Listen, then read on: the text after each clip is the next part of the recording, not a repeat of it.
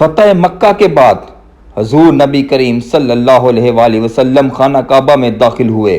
اور آپ صلی اللہ علیہ وآلہ وسلم جس بت کی جانب اشارہ فرماتے تھے وہ بت اوندھے منہ زمین پر گر جاتا تھا۔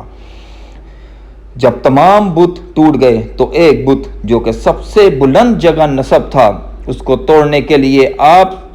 صلی اللہ علیہ وآلہ وسلم نے حضرت سیدنا علی مرتضیٰ رضی اللہ تعالی عنہ سے فرمایا کہ تم میرے کندھوں پر چڑھ کر اس بت کو توڑ دو۔ حضرت سیدنا علی مرتضیٰ رضی اللہ تعالی عنہ نے عرض کیا، یا رسول اللہ، آپ صلی اللہ علیہ وآلہ وسلم میرے کندھوں پر چڑھ جائیں۔ حضور نبی کریم صلی اللہ علیہ وآلہ وسلم نے فرمایا، اے علی، کیا تم نبوت کا بوجھ اٹھا لو گے؟ حضرت سیدنا علی مرتضیٰ رضی اللہ تعالی عنہ نے